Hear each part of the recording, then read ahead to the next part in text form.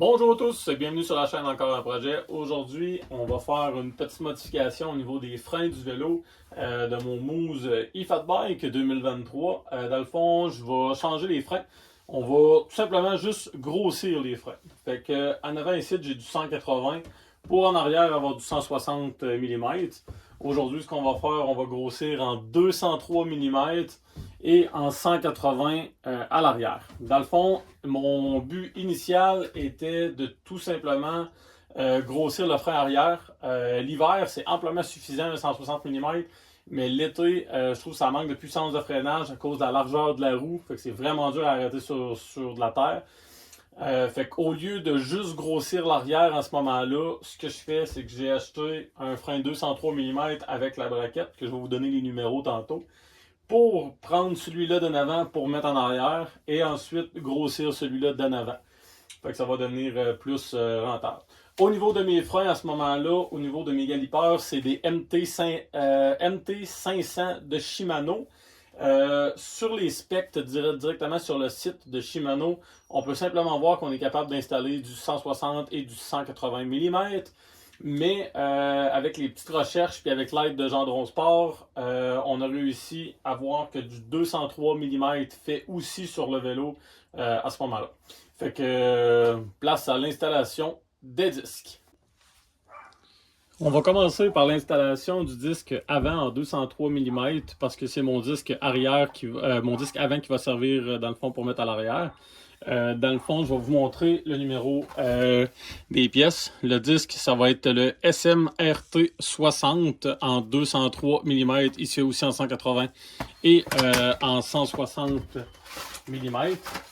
Vous voyez qu'au niveau de l'architecture du frein, il y a vraiment une différence au niveau, dans le fond, du disque directement. Fait qu'au niveau des rainures, au niveau de la dissipation de la chaleur à ce moment-là, vous voyez, il y a quand même une bonne différence avec l'ancien. Il est quasiment, dans le fond, l'épaisseur de la plaquette, l'épaisseur ici de plus. Fait qu'on va espérer que ça augmente suffisamment la puissance de freinage. Et au niveau de la braquette avant, ça va vous prendre, dans le fond, celle-ci. Fait que ça va vous prendre la SM-MA-F203P. Fait que c'est cette braquette-là, dans le fond, qui est décentrée, que je vais pouvoir vous montrer tantôt, qui va remplacer la braquette actuelle pour du 20 mm supplémentaire. Fait que on va commencer par le changement au niveau du disque. Fait que c'est super simple. Petit ratchet de mon côté pour m'aider. Faites attention aussi pour pas trop toucher à la surface de freinage pour laisser de la graisse. C'est sûr que c'est très important de bien dégraisser après le disque, là, comme on dit, pour éviter toute contamination, que ce soit des plaquettes et du disque, parce que sinon les briques vont commencer à crier par la suite, là. C'est assez désagréable, merci. On enlève. Bien sûr, faire attention quand vous allez remonter le sens de rotation du disque. Chaque disque a un sens de rotation. Vous voyez, généralement, il n'y a pas d'écriture sur ce côté-ci, puis sont toutes de l'écriture façade pour qu'on puisse le voir. Fait que c'est le même principe. La seule chose qui aurait pu porter à confusion au niveau des freins MT500, c'est au niveau de l'épaisseur des disques. Mais ceux-là sont exactement de la même épaisseur, fait qu'on va être correct au niveau, parce que c'est à faire attention, parce que chaque disque n'est pas de la même épaisseur, tout dépendant de la sorte que vous achetez, que ce soit du SRAM, du Shimano, ou ben non, que ce soit aussi en ce moment-là au niveau du Tektro, ou peu importe, du Magura. Chaque épaisseur peut varier d'un fabricant à l'autre aussi.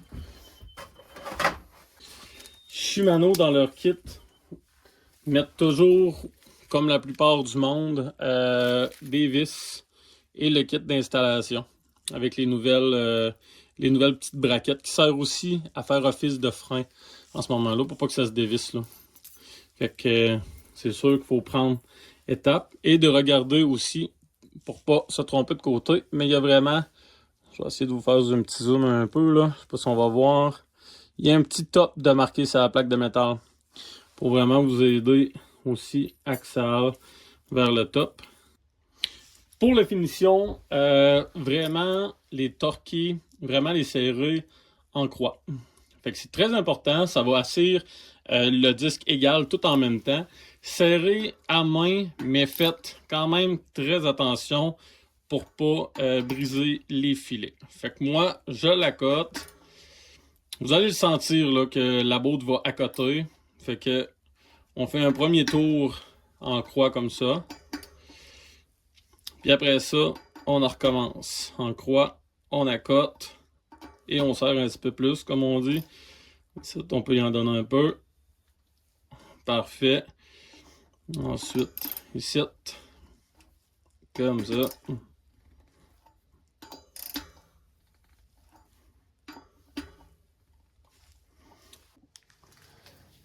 Pour l'installation de la braquette, on va commencer par démancher la braquette actuelle. Dans le fond, ça c'est la braquette qui est juste ici, qui passe des freins de 160 à 180 mm en avant. Fait que on va démancher ça. Pour mettre le nouveau kit de braquette, vous avez, ce qui est le fun, c'est que vous avez vraiment toutes les instructions ici pour vous aider. Vous les avez en français, en anglais, etc. Là, vous voyez ici la fixation et la fixation de l'étrier va être fixée entre 6 à 8 Nm également. Avec le kit vient aussi deux vis qui vont vous servir pour fixer l'étrier. Pardon, pas l'étrier, pour fixer la braquette. La braquette, comme je vous ai dit tout à l'heure, est excentrique. Fait qu'elle va monter plus haute pour être capable de déporter le galipeur beaucoup plus haut, vu que le disque est beaucoup plus grand. Ce qui est à faire attention aussi, c'est que vous avez un hop pour vous dire au niveau de la hauteur. Puis aussi, il y a déjà du frein filet de s'assurer, c'est très important. Fait qu'on va juste venir visser comme ça ici. Et maintenant, on va y aller avec la clé dynamométrique. Que moi, je vais monter, on va mettre ça un beau entre deux, là. On va mettre ça à 7,5. On va mettre ça à 7. Fait qu'on va torquer.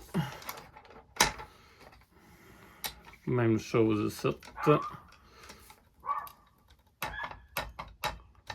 Parfait. Fait qu'on est correct au niveau du serrage. On va juste le rapprocher. On va le décoller. Vous voyez, il faut qu'il y ait un petit jeu comme ça.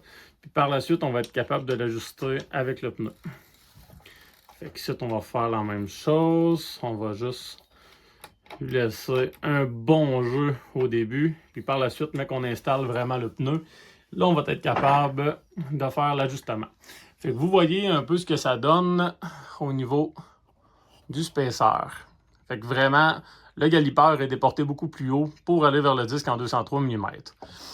Parfait. Fait que dans le fond, pour l'installation du pneu, on s'assure que tout le disque est bien serré. Les bottes de la braquette sont bien serrées parce qu'on ne pourra pas aller retoucher à la botte ici par après. On laisse vraiment un bon gap au niveau de l'ajustement ici pour faciliter l'installation du pneu. Fait qu'on va y aller avec l'installation du pneu en faisant bien attention.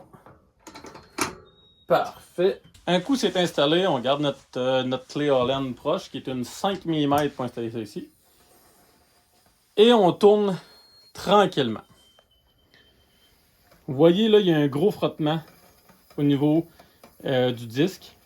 C'est tout à fait normal. Là, il nous reste à ajuster l'emplacement du galipeur.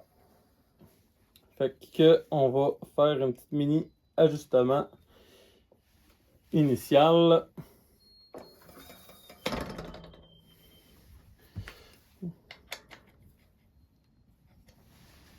Un coup que le frein est ajusté, on va prendre la clé dynamométrique, comme tout à l'heure, puis on va revenir serrer, bien comme du monde. Et voilà.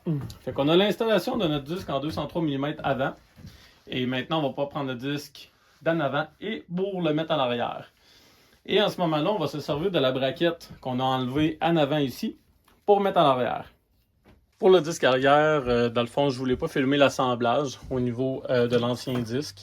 Je vais tout simplement vous montrer la grosseur de différence aussi. Fait que vous voyez, il y a quand même un bon gap de différence avec un 160 et un 180 mm. Fait que là, je vais installer la braquette.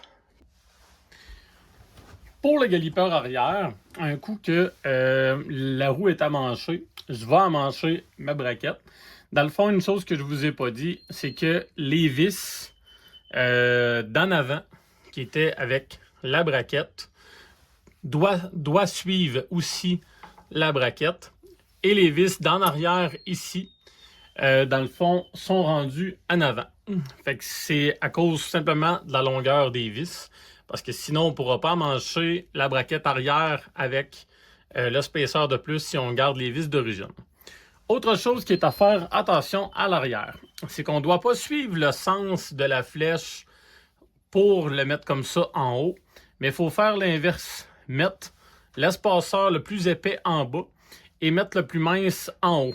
Fait qu'on doit faire attention à ce niveau-là aussi, parce que sinon, ça ne rentre pas comme du monde dans le galipeur. Puis de toute manière, vous allez le voir automatiquement, c'est qu'il va y avoir un gros frottement à la surface de votre galipeur. Puis en même temps, aussi, une chose qui peut vous baser, c'est qu'au niveau du galipeur à l'intérieur, au niveau des plaquettes, ils doivent être égales comme ça ici.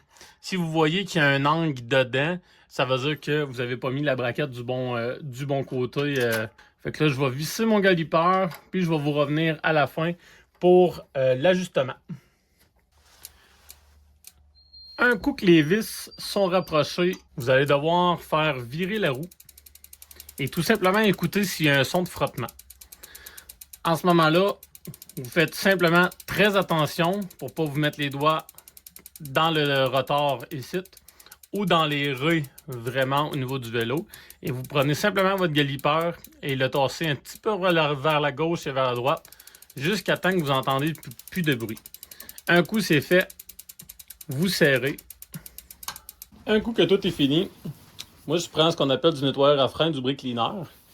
Puis en ce moment-là, vous pouvez directement le spoucher sur le disque et le laver tout simplement avec un linge style mécanique. Fait comme ça, vous allez être sûr à 100% qu'on enlève toutes les graisses, les traces de doigts qu'il y a eu. On fait la même chose pour le disque en avant et le disque en arrière. Fait qu'on enlève toutes les cochonneries. Ça va éviter aussi également que les disques crient également. Fait que des fois, là, ça fait des gros qu'on entend. Bon, ben regardez, ça peut éviter ce genre de son-là également. On nettoie les disques. On assure que tout est bien resserré pour une deuxième fois pour être sûr. Et l'installation va être complétée. Et c'est ainsi qu'on finit l'installation de l'update des freins de 180 à 160 pour un update de 203 à 180 mm au niveau de mon nouveau Basic Moose eFat Bike 2023. Petit rappel important, quand vous achetez la braquette ici, vous pouvez suivre l'instruction, indication vers le haut. Très important de prendre les vis d'en arrière qui vont venir sur le galipeur d'en avant ici par rapport à la longueur des vis. Par la suite, prendre la braquette d'en avant ici, la mettre en arrière, inverser la flèche, la mettre vers en bas, fait que dans le fond la flèche qui indique vers en avant, pour orienter le galipeur en conséquence, qu'il soit une bonne angle pour mettre le 180 mm. Et prendre les bottes d'en avant pour remettre les vis d'en avant. Le couple des vis est serré entre 6 à 8 Nm, que ce soit à l'avant, à l'arrière. Et pour les bottes du galipeur, de serrer vraiment à la main. Vraiment faire attention toujours pour ne pas briser les filets. Et si vous réutilisez les vis, mettre du frein filet bleu. Comme ça, c'est du temporaire, c'est pas du permanent.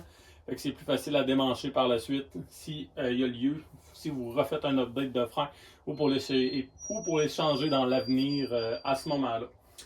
Merci beaucoup d'avoir écouté la vidéo de Encore un projet. Si jamais vous avez des questions, gênez-vous pas de les mettre en commentaire, ça va me faire plaisir d'y répondre. Alors merci beaucoup, ciao!